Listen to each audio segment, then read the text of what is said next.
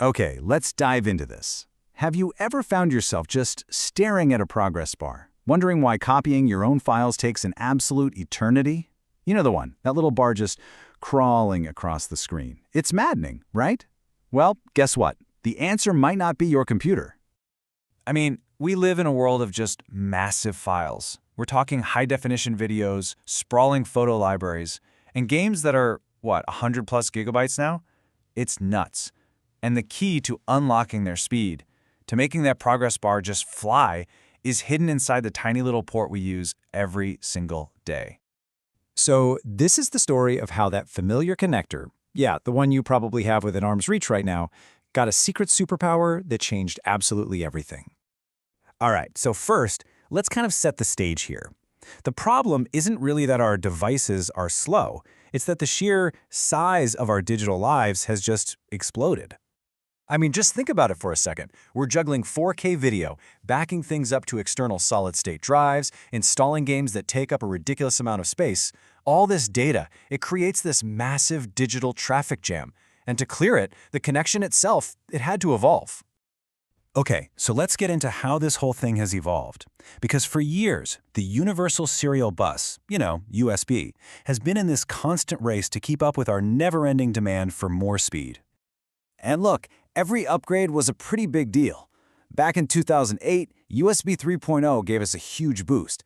5 years later, 3.1 comes along and doubles that speed. But even that was starting to feel a little sluggish as our files just kept getting bigger. The problem was you still had this one single path for all your data.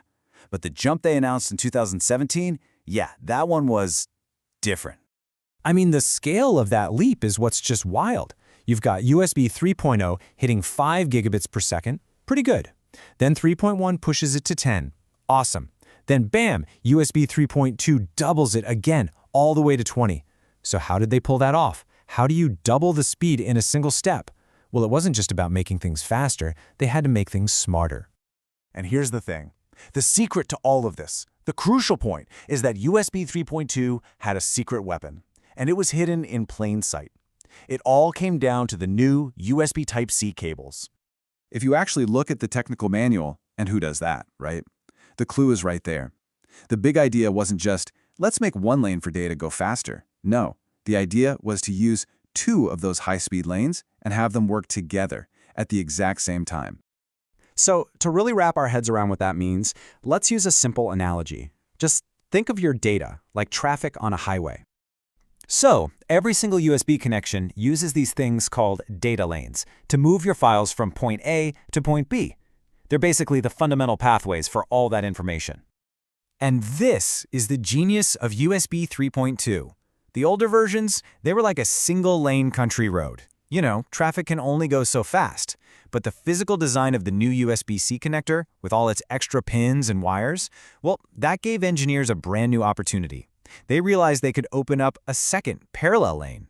And just like that, they created a 2-lane superhighway for your data, instantly doubling the potential speed. Okay, so that's the tech. That's the cool engineering stuff. But what's the real-world payoff, right? Why does any of this matter when you're just trying to get your work done or copy a movie? Well, it really just translates to less waiting and more doing. It means you can back up that massive photo library in minutes, not hours.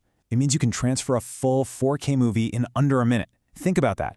Your external drive can finally perform as fast as the one that's actually inside your computer. That bottleneck, it's just gone. It lets your devices finally work at the insane speeds they're actually designed for. So, these incredible speeds, this amazing new potential, it didn't just appear out of thin air. A standard this important, this, universal, it's built by people, and not just a few people. We're talking thousands. In fact, the official specification document itself opens with this dedication. And it's just a really powerful reminder of the human element behind the tech we use every single day. It's honoring one of the key people who helped make it all possible. So the whole effort was led by this core group of just 7 what they called promoter companies. And yeah, we're talking about the biggest names in tech you can imagine. Apple, HP, Intel, Microsoft, these are the companies that guided the whole project from the very beginning. But they weren't alone, not by a long shot. Behind that core group, you had teams of hundreds of engineers from companies all over the world, every one of them contributing their own expertise. And the collaboration was just massive. I mean, you had direct competitors working together, sharing what they knew, all to create a single, open standard that would benefit everyone, from the biggest corporation right down to, well, you and me.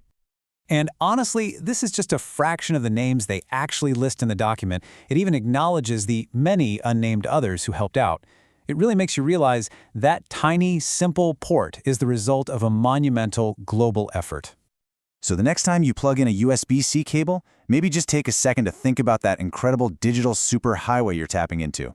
It's so much more than just a port. It's a testament to what collaboration can do, and it's a gateway to some truly incredible speed.